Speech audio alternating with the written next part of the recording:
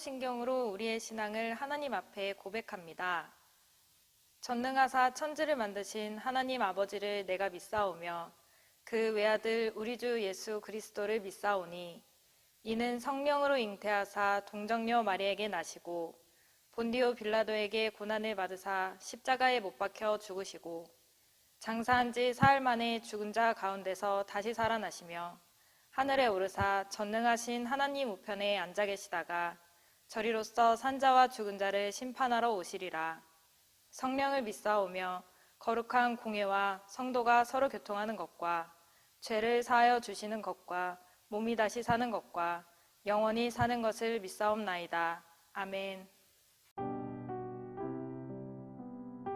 오늘의 말씀 사사기 5장 19절에서 31절 말씀입니다.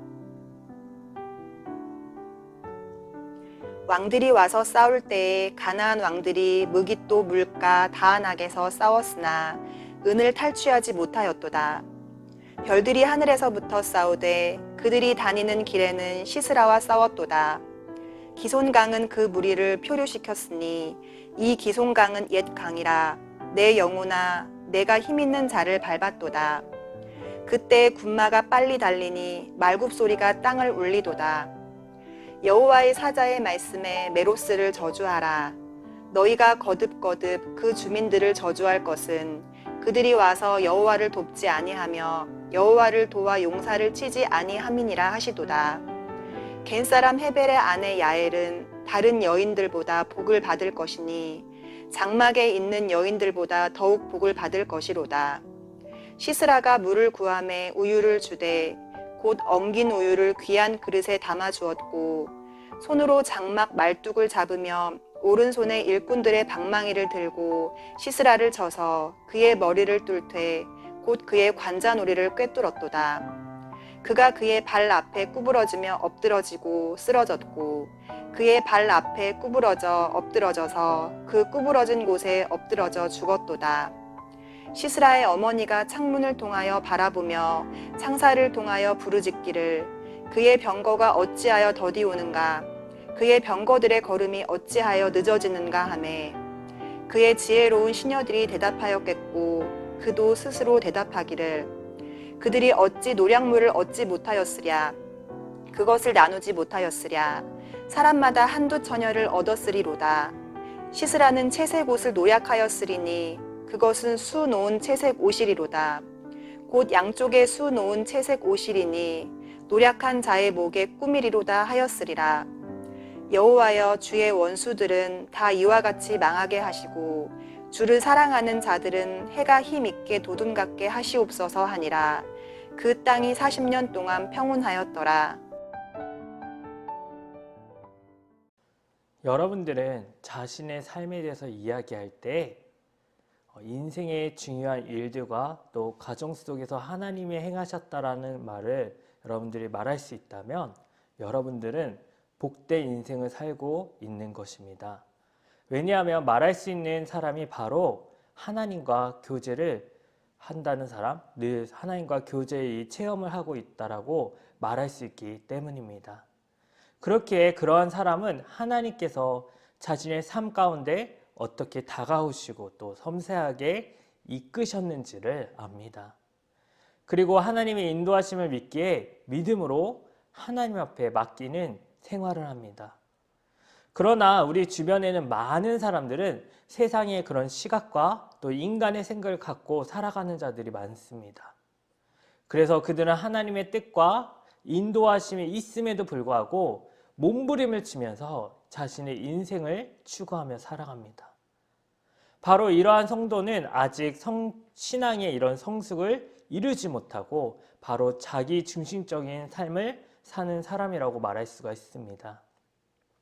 여러분, 우리는 어떠한 선택을 하고 여러분들은 살아가고 있습니까?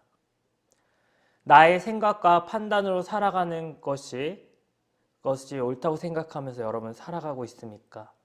아니면 하나님의 인도하심을 받고 살아가는 삶을 살아가고 있습니까? 우리는 믿어야 합니다.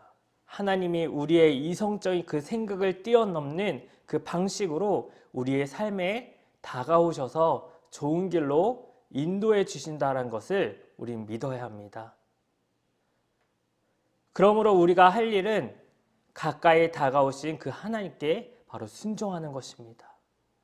그러할 때 우리는 순종으로 인하여 승리의 삶이요 바로 평강이 우리에게 임할 것입니다.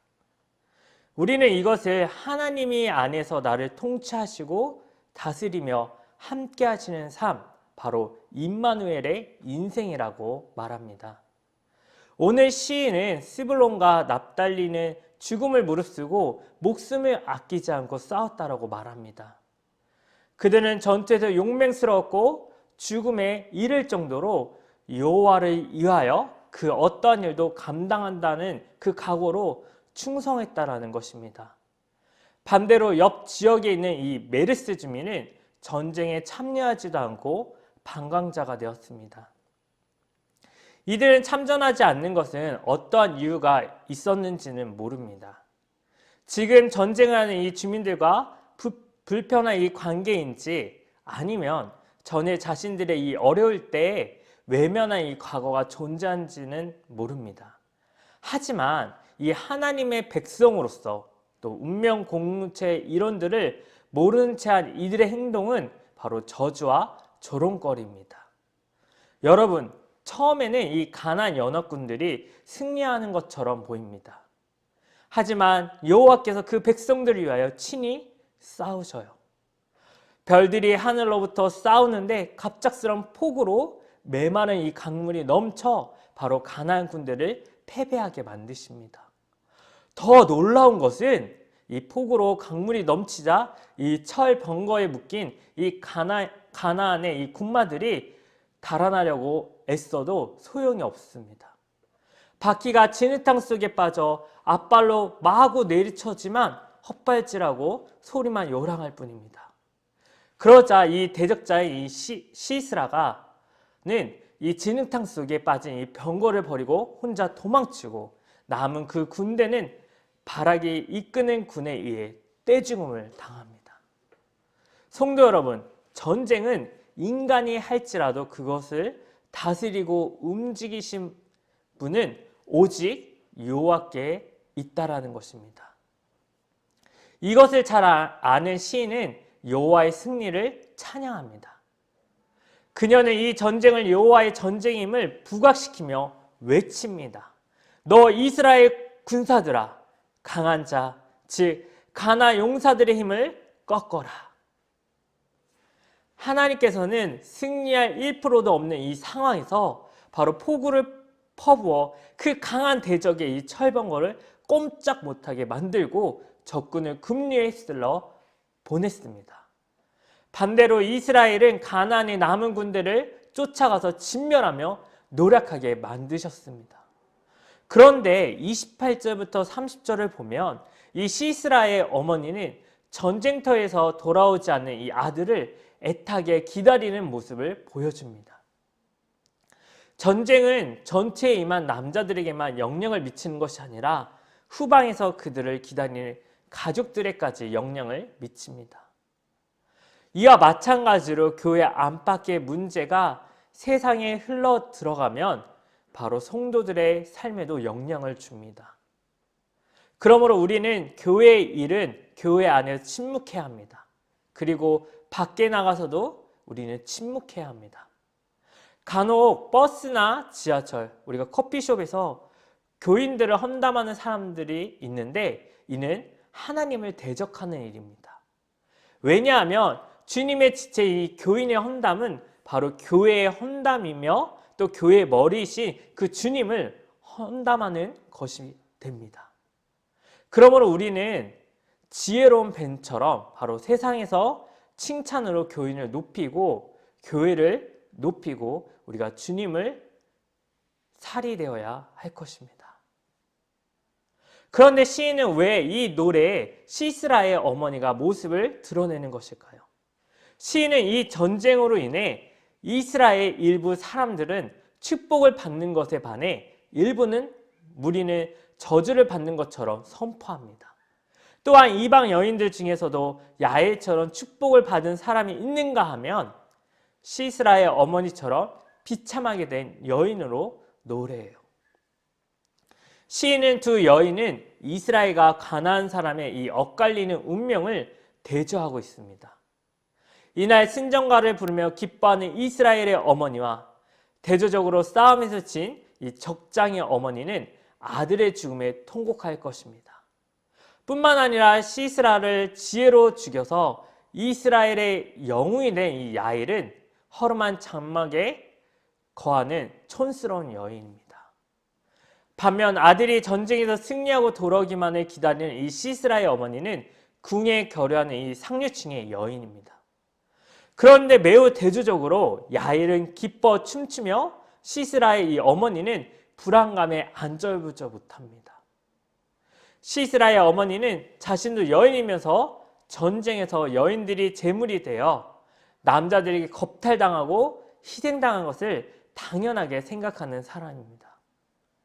바로 이스라엘 여인들이 그녀의 백성, 남자들의 성적 놀이개 정도로 간주하고 있어요.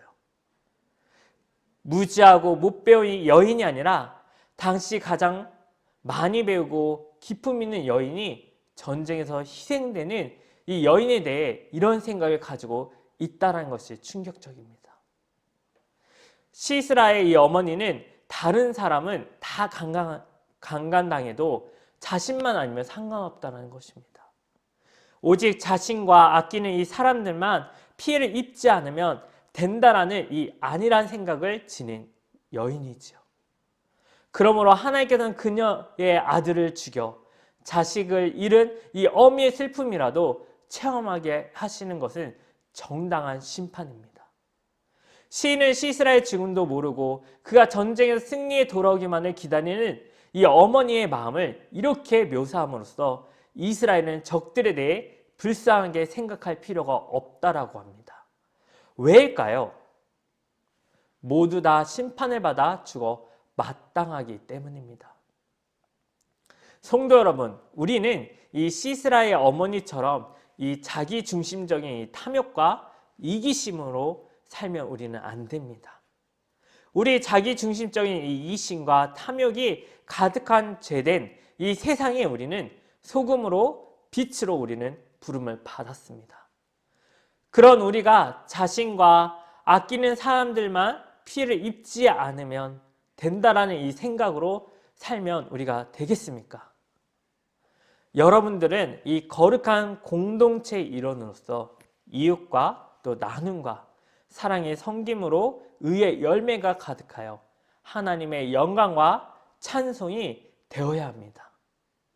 우리의 이웃에 대한 이 목표는 개인의 원수까지 사랑하며 그 영혼이 잘 되어 구원에 이르게 하는 것입니다.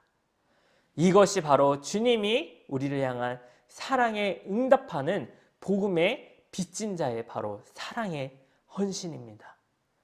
여러분, 31절에서 하나님께서는 원수들과 주님을 사랑하는 자들을 각각 표현하고 있는데 어떻게 말씀합니까?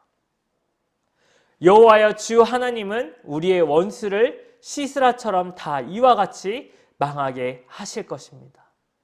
반대로 주를 사랑하는 자들은 해가 힘있게 도등같이 하여 주시며 평온하게 하십니다. 하지만 하나님의 백성은 이스라엘일지라도 배교한다면 징계 채찍의 저주를 받을 것입니다. 여러분, 하나님을 향한 이 사랑은 바로 언약 충성을 의미합니다. 그렇기 때문에 여호와의 언약을 신실하게 지키는 자는 복을 누리는 축복입니다. 그러므로 여호와의 사랑으로만 이 영적인 이스라엘인 우리는 살아갈 수 있습니다. 우리는 이 사랑 안에서 매일 마주하는 생의 일터에서 하나님의 인도하심에 충성하면 폭풍우에 몰려온다라고 할지라도 우리는 평온할 수 있습니다. 따라서 여러분들이 승리의 삶을 원한다면 하나님 제일주의로 사랑하며 살아야 합니다. 왜냐하면 전쟁은 여호와께 속한 것처럼 승리도 여호와께 속한 것이기 때문입니다. 여러분들이 여호와를 사랑으로 따르는 이 길이 바로 생명의 길이요 승리의 인생이 될 것입니다. 믿으십니까? 아멘. 오늘 우리가 승리의 삶으로 영원히 살 길도 여호와 하나님을 사랑하며 따르는 이 길뿐입니다. 여러분들은 은혜 언약 백성으로서 이 하나님을 사랑하고 그 말씀에 충성하여 매일 승리의 삶이 되시기를 주님의 이름으로 축원드립니다. 기도하겠습니다. 살아계신 하나님 아버지 감사합니다. 정말 전쟁은 여호와께 속한 것이고 우리가 승리의 삶을 살아가기 위해서는 여호와를 말씀을 의지하며 주님을 믿고 나아가는 길밖에 없음을 믿습니다. 주님 아버지, 한 주간의 삶 가운데 우리가 매우 흔들리고 제 길로 가지 않도록 주님 인도해 주시고 매일 선한 영향을 드러내며 승리의 삶을 살아갈 수 있도록 우리 성도들 마음 가운데 주님 성령께서 함께하여 주시옵소서. 예수님의 이름으로 기도드립니다. 아멘. 주님이 가르쳐 주신 기도로 예배를 마칩니다. 하늘에 계신 우리 아버지여, 이름이 거룩히 여김을 받으시오며 나라가 임하시오며 뜻이 하늘에서 이루어진 것 같이 땅에서도 이루어지이다. 오늘 우리에게 일용할 양식을 주시옵고 우리가 우리에게 죄 지은 자를 사하여 준 것 같이 우리 죄를 사하여 주시옵고 우리를 시험에 들게 하지 마시옵고 다만 악에서 구하시옵소서. 나라와 권세와 영광이 아버지께 영원히 있사옵나이다. 아멘.